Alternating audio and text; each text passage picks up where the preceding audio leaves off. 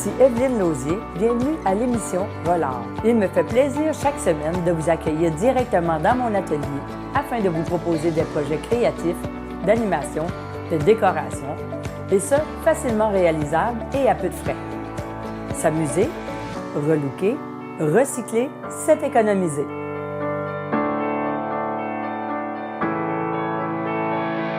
Aujourd'hui, à l'émission, on vous propose des idées cadeaux avec de la récupération, des trucs et des conseils qui vous permettront de créer des petites trouvailles, qui vous permettront d'offrir à l'être unique ou à vous-même et qui seront en épater plus d'un. Cet atelier de création où qu'on veut repousser nos limites, des projets qui nous amènent à développer, à explorer et à avoir davantage d'idées pour les idées cadeaux, nous permettront d'arriver à créer de petits bijoux pour la beauté des yeux et du cœur. Il nous faudra pour la réalisation de ce projet, les bijoux, protège-tout, un tablier, des lampions, coquillages, billes, accessoires variés, les chaînes, cordons, épingles, anneaux, acrylique et médium à couler, un maillet ou un marteau, alcool à friction pour le nettoyage, outils à trouer pour faire les colliers et des pinces, différentes pinces pour son assemblage. Maintenant que vous avez rassemblé ce qui est nécessaire pour le prochain projet, laissez-moi vous présenter cet objet que tout le monde connaît, le lampion, la chandelle. Tout le monde connaît son utilité primaire, soit pour feutrer l'ambiance en une belle petite soirée d'amoureux, pour une belle fondue au chocolat entre amis, ou même pour le diffuseur de sambon dans la maison. Une fois la soirée terminée, que les invités sont partis, que reste-t-il de notre chandelle? Un simple bout d'aluminium qui est probablement voué à être jeté aux poubelles ou qui deviendra votre plus beau bijou. Ça vous intrigue? Ne perdons pas de temps et partons à la création.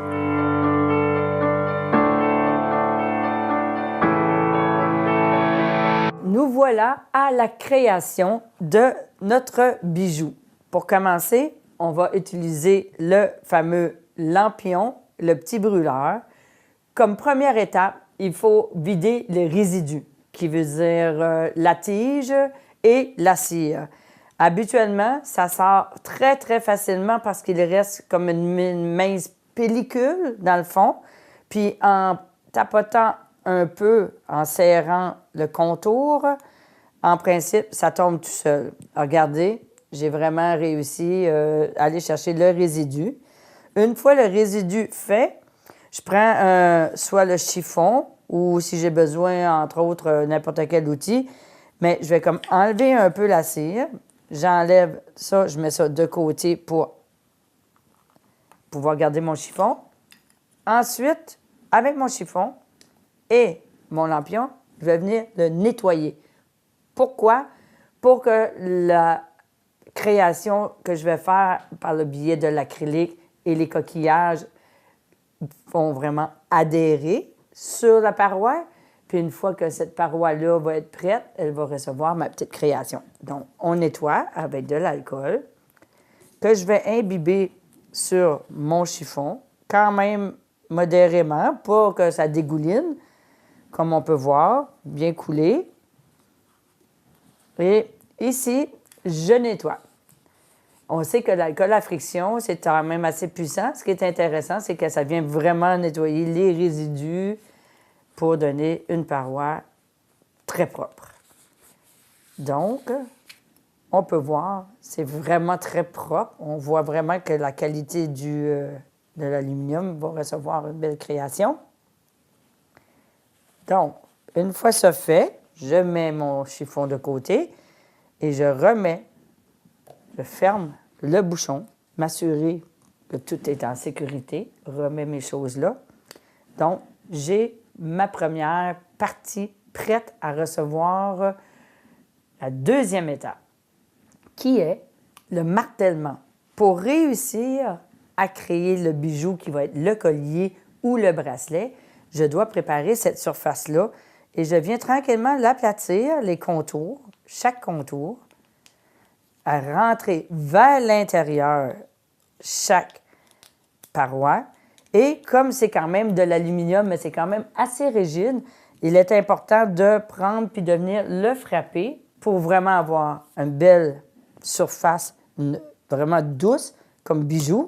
Et là, je martèle tout doucement chaque partie qui va rester quand même inégaux, mais qui va faire vraiment quelque chose de super joli. Vous allez voir.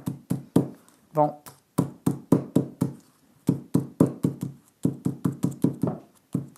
Voilà, tout simplement, comme ça. Donc, on voit, c'est très plat. Ça a vraiment quelque chose de super beau. Et l'important de la création se fait à l'intérieur du martèlement. Donc, où qu'on a replié chaque côté, en faisant une création par-dessus, on ne les verra plus. Donc, ça va vraiment faire quelque chose de super joli. On continue. Là, arrivé à cette étape, on va choisir les couleurs. Ce qui est intéressant, on peut prendre de l'acrylique, on peut prendre du prisme, on peut prendre de la peinture à vitrail. L'important, c'est de faire une création multicolore à notre goût. Et après ça, nous vous insérons aléatoirement des objets décoratifs, dont moi, les coquillages. Je vais y aller avec de l'aqua. Donc, je vais me choisir un coquillage de couleurs. Il y en a plein de couleurs. Ce qui est intéressant, c'est que chaque coquillage est ramassé avec amour. C'est ma petite thérapie. Quand je suis en voyage, je ramasse les trésors de la mer. Parce que la plupart de mes voyages se font sur le bord de la mer. Donc, je les récupère, je garde ça précieusement dans mon coffre au trésor. Et quand j'arrive pour ma création, j'ai plein de belles choses qui est autant de la récupération que de la nature. Donc, je le mets de côté parce que je vais en avoir besoin tout à l'heure. Là, ce que je veux, bien, vu qu'on est dans la portion coquillage, on va garder la couleur qui est un peu la couleur de la mer, l'été, la couleur aussi de l'année, parce que l'aqua est très à la mode. Puis, je vais venir faire un petit coulage sur mon coquillage. Ce qui est très intéressant, je referme ça. Ça va couler le long de ma paroi. Et des fois, je vais juste légèrement tourner parce que je n'ai pas envie que ça coule partout. Et je laisse rentrer un peu dans les parois pour faire le mélange qui va venir comme agrémenter puis se couler dans le aqua. Une petite goutte d'une autre couleur, dont je choisis ici le rouge. Et je laisse tout simplement couler. Une autre goutte. Voilà, c'est réglé. Si ça tombe à côté, c'est pas grave. On a un protège-tout. Et une fois que j'ai fait cette petite création-là, je vais venir y ajouter mon coquillage que je glisse tout simplement dessus. Maintenant, je dois laisser le temps de séchage, qui est important, parce que c'est important de respecter le temps de séchage pour après venir faire le médium à couler. Pour la télé, on a vraiment, au niveau du temps, réalisé un bijou qui vous permet de voir la finale. Mais chaque étape nécessite un 24 heures de séchage. Donc, il va sécher. On a notre médium à couler, qu'on est venu sur notre beau bijou, qui va la même chose que celui-là une fois sec. Ce médium à couler, c'est la même affaire que de l'époxy, sauf que celui-ci, il est à l'eau. Il est très intéressant, beaucoup plus malléable, facilement lavable avec nos petits pinceaux pour après le nettoyage.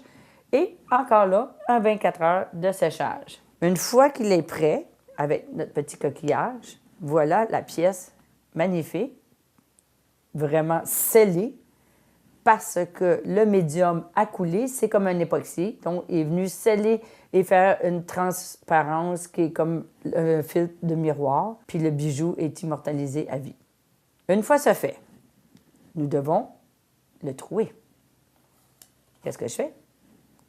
Pour trouer, ça me prend l'outil à trouer, qui est la drille et une mèche, car il est quand même prêt à la préparation et au montage. Pour faire le trou, c'est parce que nécessairement, j'ai décidé de faire un collier. Donc, on s'en vient trouer la partie qui nous est la plus importante, puis qu'on sait qu'on laisse un petit millimètre, 2 millimètres entre les deux pour qu'on puisse savoir avoir un espace entre l'attachement mettre son anneau et que la chaîne puisse y glisser. Donc, je m'en viens ici.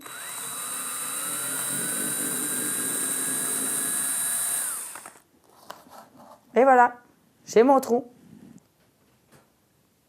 Pour rentrer dans le trou, ça me prend les outils passe-partout. J'en ai toujours un pour tenir et l'autre pour agrandir et refermer. Ça fait que j'ai comme deux outils qui me permettent d'aller chercher l'agrandissement. Et là, j'agrandis la pièce, donc ça me permet vraiment d'avoir mon anneau ouvert. Et là, je viens de le passer dans mon trou, vous voyez? Puis une fois ça fait, je vais revenir resserrer les deux. Et comme ça. Et voilà, je suis prêt pour passer ma chaîne. Donc, je vais y aller pour la chaîne, qui va faire très jolie avec l'aqua, qu'on a dit qu'il était tendance et très intéressante. Donc, il faut aller chercher un attache. On va le réouvrir. On voit encore qu'il est ouvert. La chaîne. Le bout de la chaîne, on vient l'entrer dans l'anneau. Une fois que ça, l'anneau est rentré, la chaîne, le maillon est rentré, on vient resserrer et le tour est joué.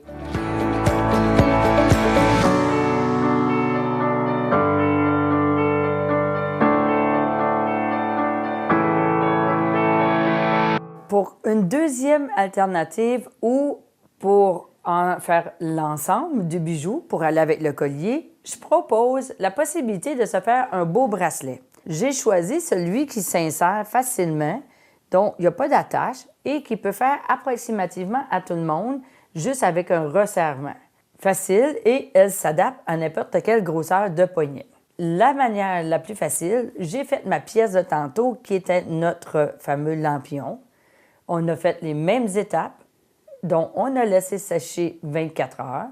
Donc pour l'émission à la télé, ces pièces sont déjà prêtes. Et là, je viens enduire d'une colle qui est très puissante, parfaite pour les bijoux, et je me crée un pont pour pouvoir, entre autres, retenir l'accessoire.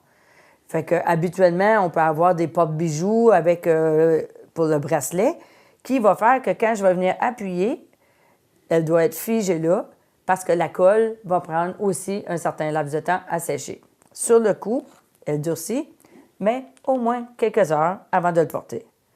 Au lieu de venir ici, parce qu'on ne connaît pas la longueur de notre bracelet, on va plutôt venir ici, sur le bracelet, et déposer la pièce. Et vous le laisseriez pour sécher. Donc, moi, je vais vous montrer qu'est-ce que ça donne à la maison. C'est que ça fait un super de beau bijou. On laisse la colle agir. Le bracelet, après ça, c'est une colle hyper puissante. Ça vous fait un super de beau bijou, unique. Et en plus, vous avez créé l'ensemble. C'est certain que vous allez en épater plus d'un et même offrir ça en cadeau ou vous l'offrir à vous-même. Vous allez être content d'avoir un produit unique au monde. Afin de vous donner une troisième variante et compléter un ensemble qui fera vraiment 3 pièces, qui est très intéressante au niveau des accessoires de bijoux, la possibilité de faire une broche. Donc, on achète l'épinglette qui est encore dans les accessoires, dans les super places pour les bijoux, et la petite épinglette qui nous permet de recevoir après ça notre création avec la colle, de la même affaire, et ça vient nous faire un super de beau petit bijou. Une troisième tendance, on peut l'accrocher à notre veston, on peut accrocher nos foulards ou tout simplement le mettre en beauté sur un chapeau. J'espère que vous aurez aimé ces 3 petites variantes qui nous permettent de créer des petits bijoux, soit le collier, le bracelet, la breloque, vous ont plu et soit à la hauteur de votre créativité. Comme vous avez pu le constater, nous avons sous la main une possibilité de matériaux, de matières résiduelles qu'on peut vraiment utiliser pour faire des créations, des bijoux, des petites merveilles que ce soit le bois, l'aluminium, des restants de bâtons de peinture, comme moi je fais avec soit les boucles d'oreilles et les bracelets. N'hésitez pas à laisser libre cours à votre imagination et observer la matière avant de la jeter.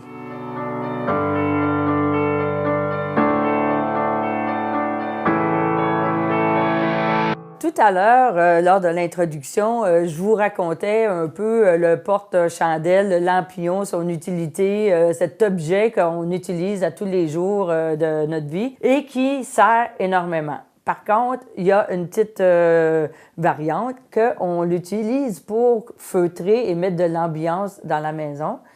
Bien, ce lampion-là va devenir un porte-chandelle que nous allons créer ensemble.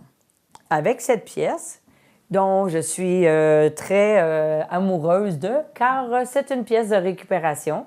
Comme mon créneau est de toujours apporter l'utilité à ces objets de matière résiduelle qu'on jette ou qu'on resserre ailleurs, c'est la plinthe, le produit que les entrepreneurs en construction vont utiliser pour finaliser au mur et au plancher. Donc, souvent, qui est jeté dans le container que moi, je récupère parce que même parfois, ils le mettent pour allumer les foyers. Puis moi, je dis, oh, non, on ne brûlera pas ma paye. Donc, j'ai décidé de trouver une idée utile et ce sera justement ce fameux porte-chandelle.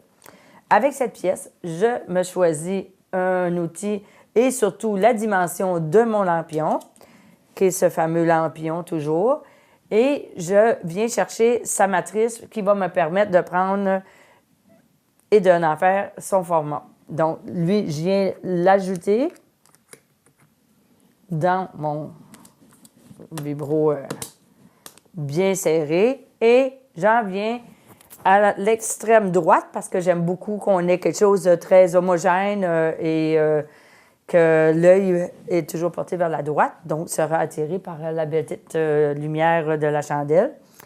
Je m'appuie comme il faut ici et je laisse vraiment comme à peu près 2 cm chaque côté pour être sûr que ça ne déborde pas puis que ça ne transperce pas. Et j'en viens trouer, vraiment faire un beau trou en faisant quand même une certaine manipulation circulaire, jusqu'à temps que j'aie obtenu mon rond. Fait que, on y va.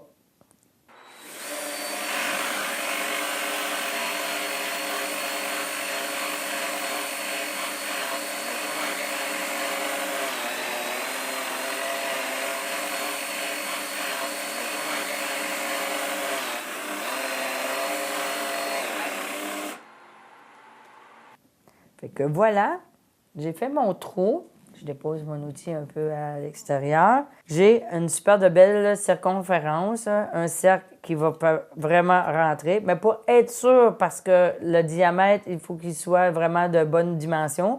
Fait que dépendamment des grosseurs de lampion que vous allez utiliser, ça sera bien important de calculer la dimension de la circonférence. Donc, une fois ce fait, je viens à l'intérieur avec un papier abrasif éponge pour pouvoir le rentrer vraiment, le manipuler comme en rond pour que ça soit facilement sablable ou un papier abrasif à sabler, juste pour être sûr de bien aller chercher les contours puis d'agrandir, lisser cette surface. On s'assure que ça rentre. Wow! Ça va super bien. On a un beau porte-chandelle. Par contre, nous allons faire une création. Ce qui est intéressant, c'est que ça soit super beau. Donc, ça va créer encore un effet wow. Qu'est-ce qui est intéressant, souvent, c'est de choisir ce qu'on a sous la main. Encore une fois, de la récupération qui vient emballer les fruits ou les légumes. Je vais aller en découper une partie. Voir la grosseur nécessaire que j'ai besoin. Je vais mettre un petit ici parti. Donc, on sait qu'on n'a pas besoin d'une grande dimension. C'est ce qui est intéressant de venir jouer avec les matières. Ça réveille les sens, ça nous donne plein d'idées. Et voilà, un beau petit carré que je vais venir assurer l'insertion sur mon support. Je mets un petit peu de médium à couler ou un vernis, quelque chose qui va faire que ça va créer une adhérence. Avec mon petit pinceau, je viens étendre. Je la mets sur ma surface, puis je reviens par-dessus, tout simplement pour être certaine que le tout va être adhéré, puis va s'insérer pour que ça ne bouge pas.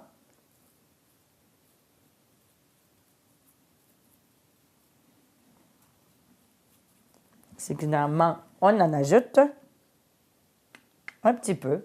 Ça ne prend pas beaucoup, mais quand même être certaine qu'on a tout ce qu'il faut. S'il y a un petit bout qui nous agace, on vient couper. Et voilà, une fois qu'on est certain qu'on a une belle insertion, on laisse ça agir et on vient faire une petite création de notre choix. Ça, c'est le côté artistique en vous. Il faut libérer l'artiste en vous. Moi, j'ai choisi de peut-être venir chercher encore la pomme. Ça fait super joli. Je vais plutôt venir chercher mon pinceau ici. Je vais venir étendre ici et faire le format de la pomme.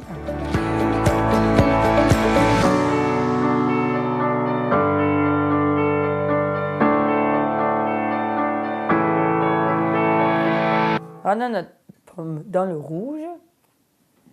On met tremper notre pinceau. On peut soit au crayon ou soit avec la peinture venir terminer ce qui est la finale pour agrémenter ou bien juste le vert qui va sortir de la pomme. On peut venir aussi jouer avec notre rouge, puis juste venir à l'intérieur pour faire un peu de couleur dans les contours, juste pour un peu agrémenter notre surface. On reste dans le rouge. On vient mettre un peu de couleur. J'aime bien venir chercher direct dans le tube quand on sent vraiment toute la puissance de la couleur qui vient s'assire sur les bouts de notre poil de pinceau. On y va aléatoire, on se laisse aller. Et je viendrai avec un petit peu de noir, juste faire un petit peu d'effet. Mélanger les deux ensemble, le rouge et le noir, pour donner juste un petit peu de force à la pomme. Et on irait comme ça, aller jusqu'à la fin de notre créativité pour aller chercher le résultat voulu. À ce moment-là, c'est intéressant. On laisse le temps de sécher. Le séchage se fait. On voit qu'on vient insérer notre chandelle et ça fait quelque chose de très joli. Et en plus, on va pouvoir le montrer à nos invités et mettre une belle ambiance feutrée dans la maison. Par contre, avant de finaliser le tout pour être sûr que ce soit emballé pour la vie, on n'oublie pas, on en a parlé tantôt, notre médium à couler. On l'enduit la surface au complet. On fait attention pour pas que ça déborde et on laisse sécher pendant 24 heures. Et nous voilà avec une création unique, personnalisée et qui va servir à tous les jours.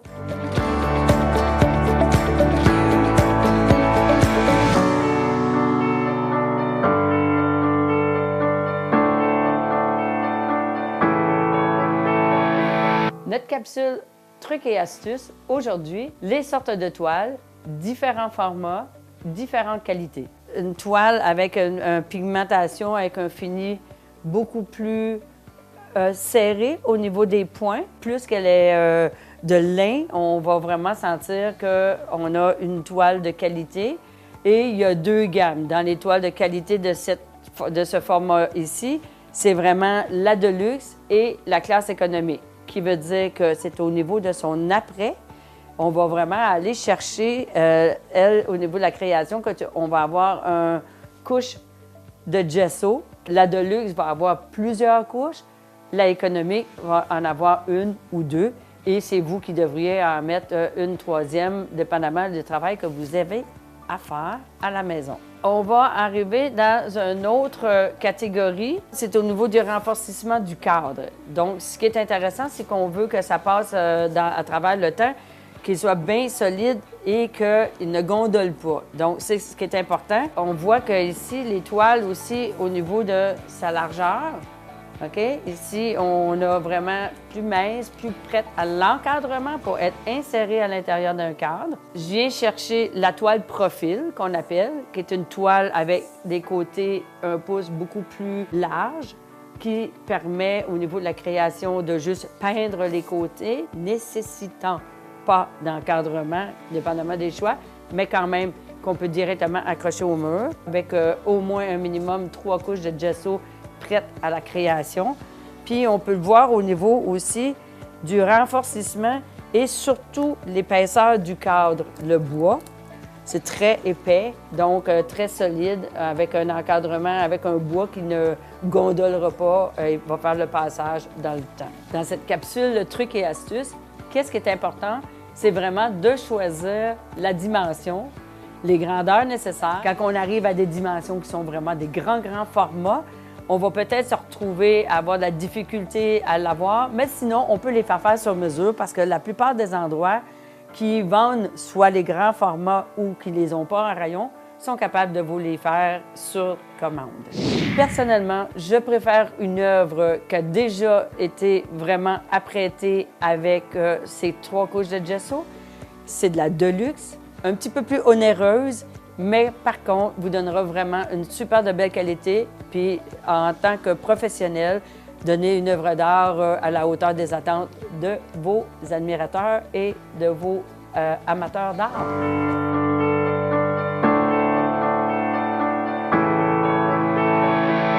Bien voilà, pour vous, gens à la maison, ce fut un plaisir de vous accueillir à cette autre émission. Pour plus d'informations ou vous inscrire à nos ateliers, visitez relard.ca. Merci d'être fidèle au poste. On se retrouve à notre prochain rendez-vous. D'ici là, soyez créatifs.